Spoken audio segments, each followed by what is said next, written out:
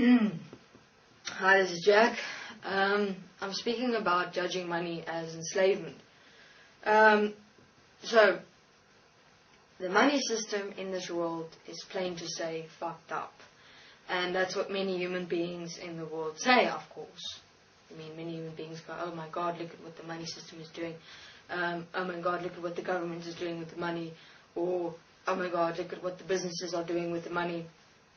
And it is interesting because it's now all of humanity saying it's the banking system and it's the Federal Reserve Bank and it's the governments and it's the way the money system is set up, and it's because of the past, it's because of how beings in the past set up the entire money system that it has become what it's become now.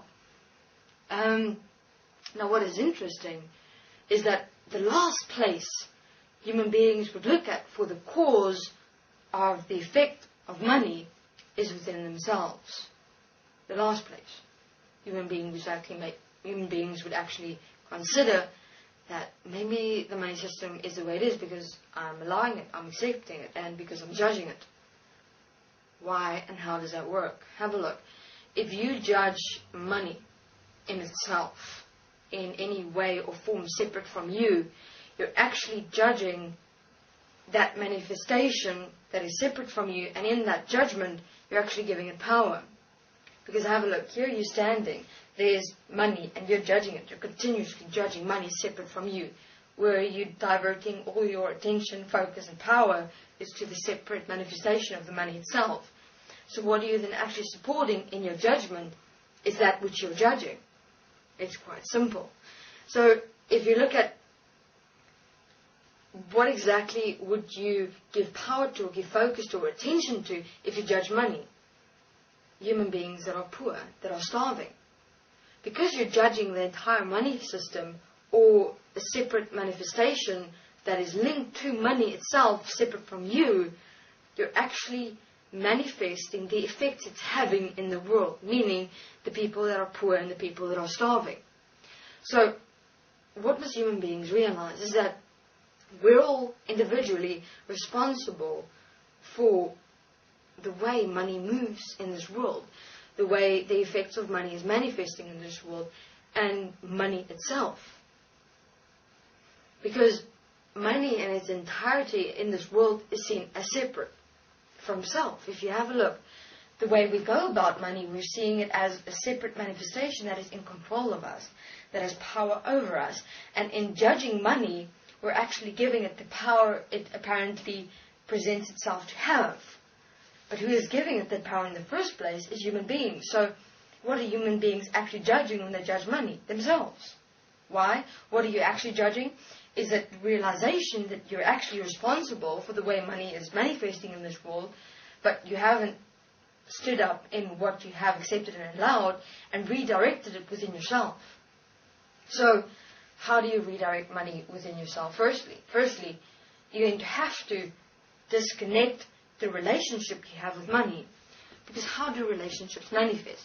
You have a certain relationship with money that is separate from you. In that relationship, polarity equation is manifested. You have a polarity equation of what you accept of money and what you allow of money, and then you have another polarity equation of what you don't accept about money, what you don't allow about money, even in your own world. So, what of those two equations do you accept and allow, or do you not accept and allow? You do accept and allow money when it's like providing you that which you require, need, want, desire, which make you feel better, which make you feel acceptable and okay in the world, which gives you the ability to survive. What you don't like about money, what you don't accept about money, is according to your definition of where money is supposed to go, your rules of money, your guidelines of money, saving money. Ooh. Did you know that saving money actually is a manifestation of a worry, a concern, and a fear that you won't have money one day, and you're saving it for in case. So what will manifest one day? You won't have any money. And besides that, that fear of requiring to save money is manifesting the human beings that are currently starving and that are poor. Because that exists within you. That relationship with money, saying, I have to save this money because I fear that I won't have anything, won't have money one day, what has to manifest is that fear, because it's got nothing to do with the money. It's got to do with your relationship with the money. And whether it manifests within your own world or even balancing that fear out in other human beings in the other part or pole of the world, it'll happen. Why? Because in this world, we're one and equal. It all depends, of course, on your life and many, many, many equations. Human beings, there's much to consider in your world, not only yourself. Because this world didn't get here just by itself. You know, who participated in this world? Human beings. I mean, when is that going to be realized? You know, when is that door of self going to be opened? In terms of the realization. Maybe the question should be asked, why? Why hasn't it been realized by human beings? What are you so afraid of? Of taking responsibility because apparently it's a burden on your shoulders? To start taking responsibility for yourself and realizing what shit you've allowed and accepted?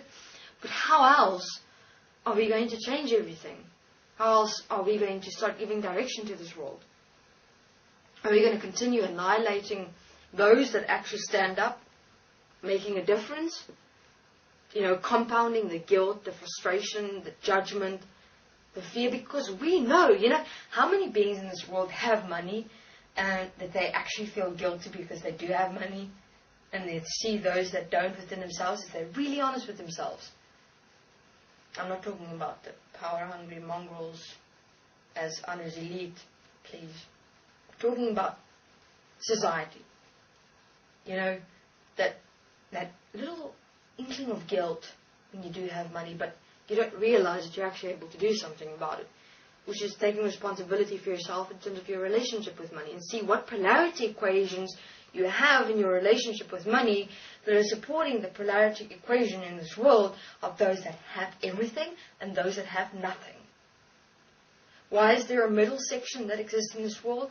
It's with the human beings who have that relationship with money, that have the good and the bad, that have everything, that have nothing. You have the poor, you have the middle class, and you have the rich. The middle class is those beings that maintain the middle class, that have that relationship with money, that keeps the polarity equations intact of those that have everything and those that have nothing, that stand on the manifestation that both receiving it. So if everyone just drop their relationship with money in terms of using money as an expression of self and not it being a control or power over you in terms of defining who you are, can anything of that exist? I mean, to take into consideration. Thanks, this is Jack.